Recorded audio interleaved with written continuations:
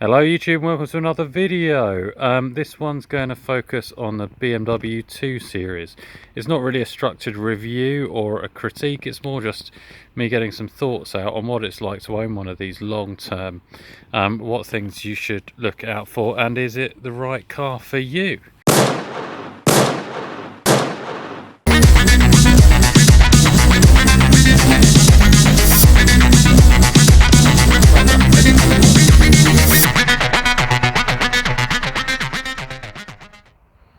So I've owned the car for nearly a year now. Bought it second hand with about 10,000 miles on the clock, and it's now done about 8,000 miles. Mine's a diesel 2 litre automatic, and it's got the XDrive as well. I bought it with the XDrive because I live out in the countryside, and in the winter here it snows a lot, so I needed a car that can get me to work in all weathers and in any route. So I wanted one with the XDrive. They're quite rare on the 2 Series. Not many people get the 2 Series with XDrive because they tend to be the people that go for the bigger ones, like the big 3 Series estates and stuff like that. My thoughts on the car so far then after a year. Well, if you've seen my other videos, I've changed my outlook on cars quite a bit in the last 12 months. My previous car was a very old Suzuki Alto, which was a fantastic machine, incredibly reliable, very, very cheap to run, cost almost nothing to run, I think just £30 a year in tax. And I could do all my own maintenance myself and everything like that. However, my circumstances have changed a bit. Driving it became kind of painful. I've got a bit of sort of hip pain and stuff, and I'm doing a lot more driving, and my job is now quite stressful. So I took the decision. I needed a car that would make my commute less stressful, more relaxing. So I wanted an automatic.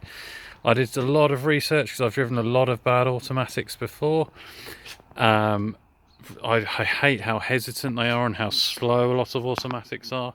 I'm quite a keen driver, so I like to be able to drive quite quick. And for me, all the automatics I've tried were just too slow and sluggish. However, I'd read that the BMWs and possibly Mercedes and as well probably have the better automatic gearboxes. So what's my thoughts after nearly 12 months? Well, to be honest with you, I think this is pretty much the perfect car for me. I cannot think of hardly any way it could be any better. I love the looks. I think it looks brilliant. I love the coupe styling. Everything's just right, and it's especially good for me because I didn't design this. It wasn't a new car.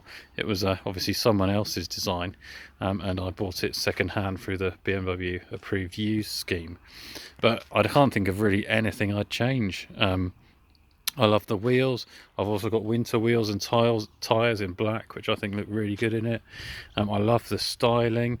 I love the back. I especially love the front. Yeah, everything is pretty much spot on. The XDrive works fantastically well. Earlier this year, February, March time, we had an awful lot of snow, and I was trying to get to work up some steep country hills. Everybody else pretty much was slipping and sliding and not able to make it up this hill. I think I had winter tyres on as well, so it did become a bit of an off-road beast. But this went straight up a very snowy, steep hill, and the only other car I saw there was an old Land Rover Defender. I think was a bit surprised to see a BMW, so normally rear-wheel drive, coming the other way. So in my opinion, the XDrive is fantastic. I haven't driven a non-XDrive version to compare it to, but my impression is it is a bit quicker off the line because of that XDrive, the extra launch it gives you. I think it does make the car slightly heavier, not that much, but a bit heavier, so that might impact the performance a bit, but it does feel very keen off the line, and I've noticed especially pulling out of roundabouts and stuff, it really does fly along. And it's only the 220 as well. It's not like the top of the range like the 223 or the M2 or one of the high-end petrol ones or anything like that. Fuel economy, I don't really have the figures to hand, but I think I'm getting on average between 45 and 55 out of it. But bear in mind, most of my driving is fairly aggressive, winding roads, hillsides, stop start, that sort of thing. If you do a lot of motorway driving, you probably would get much higher mileage out of it. Faults, problems and issues. Well, pretty much none at all. I've been amazed by it, really. I was trying to think of anything critical I can say about the car at all, because I do like to point out any negative stuff, no matter how minor. And it's the only thing I could really think of. Actually, no, sorry. There's a few things I can think of, but they're all very minor. One of them, and this is literally how picky I'm having to be, was that the exhaust valves, the cap seems to be made of a dissimilar metal to the valve, so I found they get stuck on, and I actually had to use pliers, grips to pull them off, and that damaged them. So I've got these nice little BMW ones off eBay, virtually cost nothing, which also have a hexagonal head, so if I ever need to put a spanner on, I can get them off. Rain sensing wipers aren't brilliant. I know on a lot of cars they're not that good. I don't really use them because they just never really seem right for me. Either it's raining heavily and the wipers aren't moving enough, or the wipers are moving too much, so I just pick my own wiper speeds. The stop start isn't as good as I would have expected. I don't know if this maybe is an issue with my exact car or not, but even with a full charge of the battery, the car only seems to be able to stay off for a couple of minutes, and then it has to start the engine again, which seems a bit poor to me. I would expect a modern car like this to be able to be in the kind of stop start off mode for quite a while. And that is pretty much that. Practicality. This was a concern because I do have a child. It fits in the back absolutely fine. You do have to bend over a bit to get in the back seat, but that's not a big issue. The boot is bigger than...